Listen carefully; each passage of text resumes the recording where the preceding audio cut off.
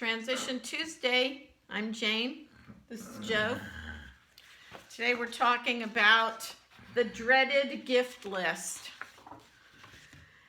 I know a lot of people who've already shopped for Christmas, and regardless of what holiday season you observe, there is always the question to be answered: what should we get Joe or whoever for insert holiday, birthday, whatever it is, name here?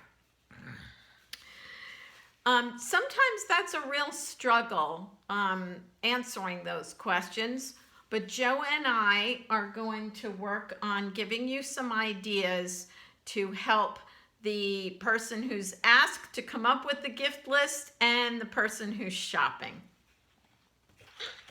First thing I would recommend to the person asked about the gift list, or even the shopper, really, do a search.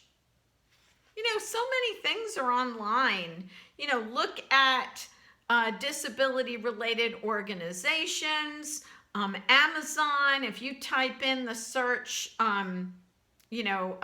gifts for special needs children, manufacturers want you to buy their items, so they're going to make sure that they have a presence so you can find them. So that's a good way to start. Then you can get a range of ideas. You can also see prices, delivery times, things like that. That's a really easy way to get started with a list. The other thing I would recommend you to do is look at transition goals. What? Well, for real, if you think about it, when you buy gifts for a child who doesn't have a disability, you're already doing that in a way, right? You're looking at the age of the child, the gender of the child. You're kind of matching the needs of that person to whatever the items are. So with a transition goal, we're going to break it down for you so you can kind of see a way to look at that. Right? Skill building.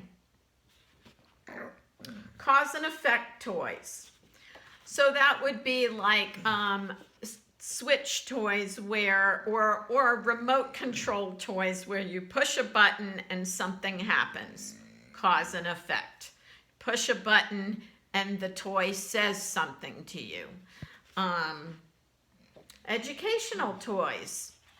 Well, there's lots of those out there. Lots of online games that you can play.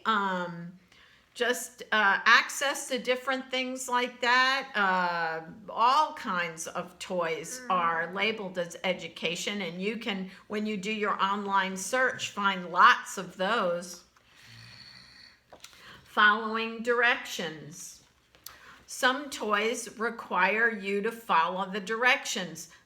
Building toys. Toys that, board games. Board games are a great example of things that make you follow directions. There's rules, there's, you have to do step 1, step 2. Board games are a great opportunity to practice some of these skill building techniques. And then routines, things that you do the same way, or you have to do the same thing over and over and over and over again. That's a great skill building tool without necessarily looking like a skill building tool.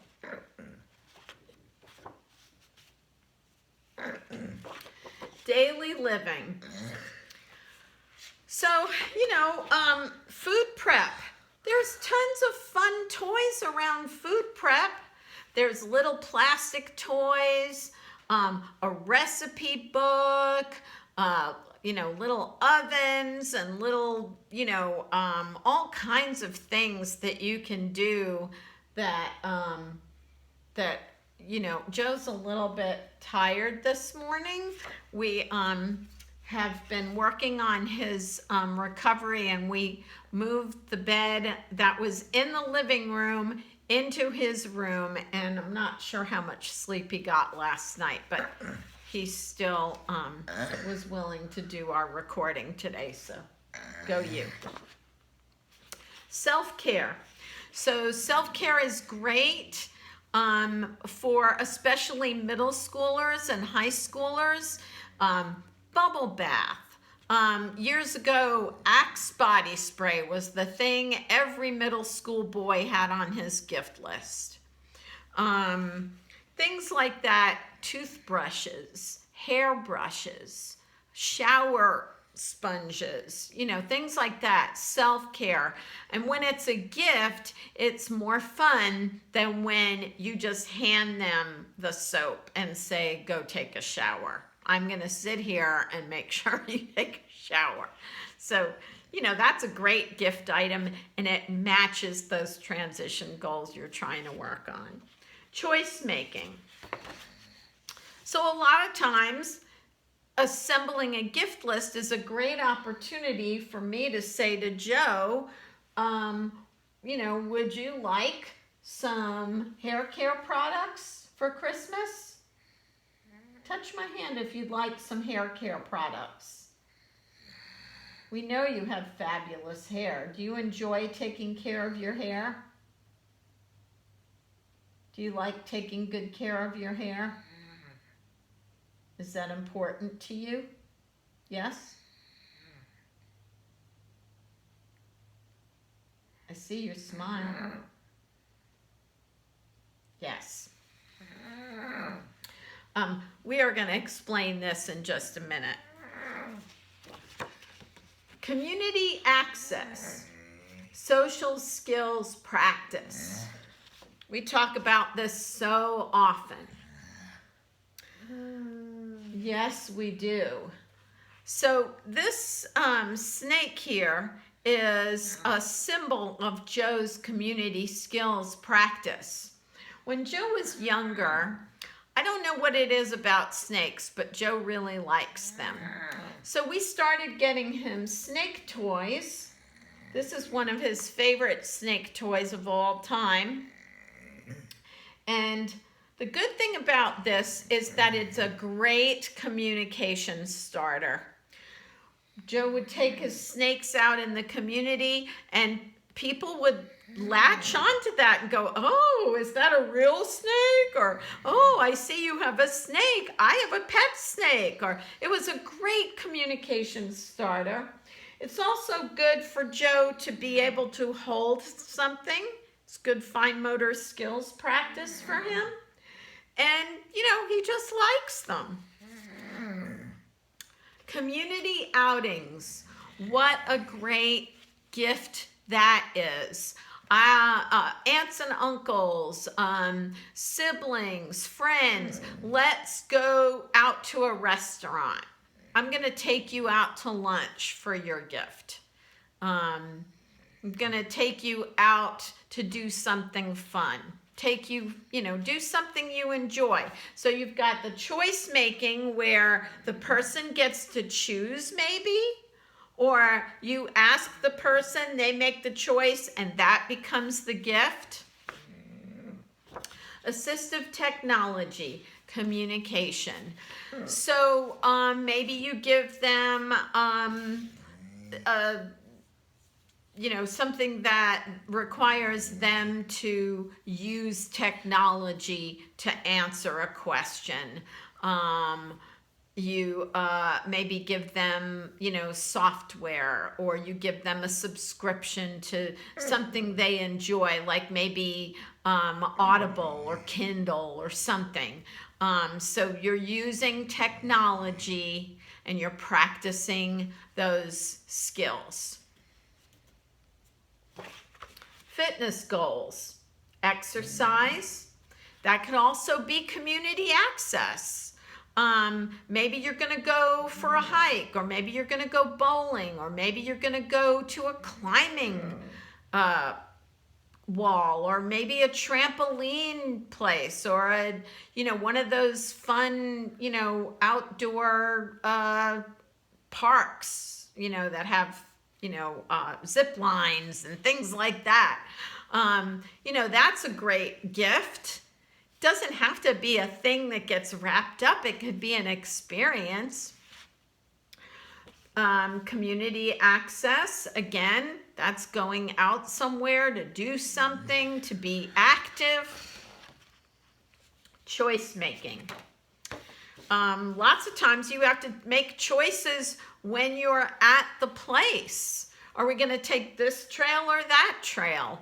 Are we going to, how many games do you want to bowl? Do you want to do miniature golf? Things like that. The thing about it is that it's about the gift itself, the thought. It's the thought that counts. Relax. It's the thought that counts. Maybe you don't know a lot about the person that you're giving this gift to.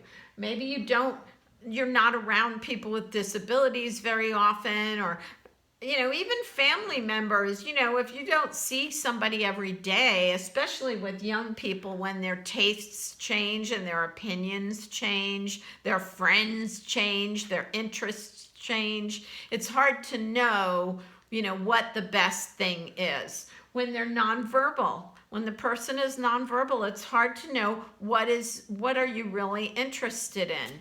I'll give you an example. Joe got this thing at a dentist. It's called Prize Dog. That's what its name is, because I don't know why. But this little dog, we've had this little dog for years and years and years. Joe, do you like your Prize Dog? Is it one of your favorite things? Is Prize Dog one of your favorite things? Can you tell me with your voice or touch my hand? Is Prize Dog one of your favorite things?